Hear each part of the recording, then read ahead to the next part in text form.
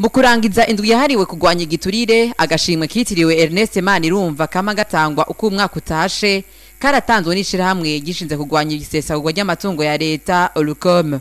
Aho gashimwe rero katahukanywe n'umuryango usigwa n'abihome, umunyagihugu yiguze umwami Mwezi Gisabo aho yagira gandagurwe n'abadagi hari mu mwaka w'1903. Bihome yaciye yambara impuzu z'umwami nayo uwundi arahunga. Bihome acaragandagurwa n'umusoda w'umudagi.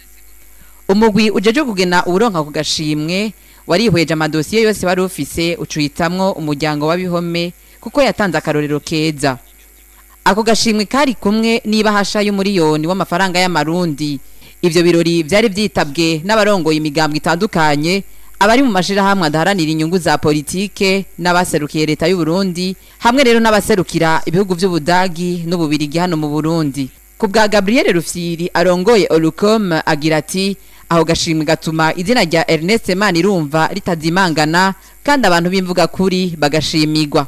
Ku izina rya leta y'u Burundi biciye mu bushikiranganje bw'intwari ibereye ngo igiturire n'akaranda kagereranywa n'indwara ya kanseri. Ivyo birori kandi vyari vyitabwe n'abacuraranzi baririmba indirimbo zirimwo amajambo yo kugwanya igiturire.